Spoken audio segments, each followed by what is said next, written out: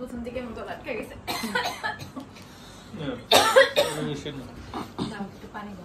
কি তুমি পজ করো, এটা তুমি যদি সেভ করে হাসো তো আমি কিন্তু টের পাবো ইউএসএ থেকে।